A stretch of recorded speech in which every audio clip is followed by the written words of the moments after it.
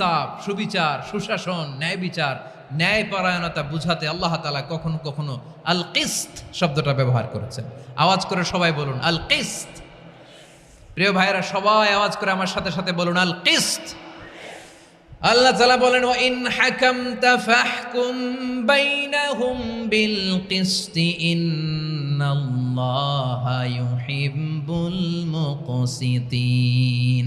যখন তুমি বিচার করবে, বিশ্বনবীকে উদ্দেশ্য করে অ্যাড্রেস করে বললেন, নবী হে, ইহুদিরা কোনো বিষয়ে মীমাংসার জন্য যদি আপনার দরবারে আসে, যদি বিচার করতে হয়, খবরদার অবিচার করবেন না। ফয়সালা যেটা করবেন কিসতের সাথে করবেন, ন্যায় পরায়ণতার সাথে করবেন, কারণ ইন্নাল্লাহা ইউহিব্বুল মুকসিতিন, নিশ্চয় আল্লাহ রাব্বুল ইজ্জাত ন্যায় পরায়ণশীলদেরকে বড্ড ভালোবাসেন। সুবহানাল্লাহ বলেন।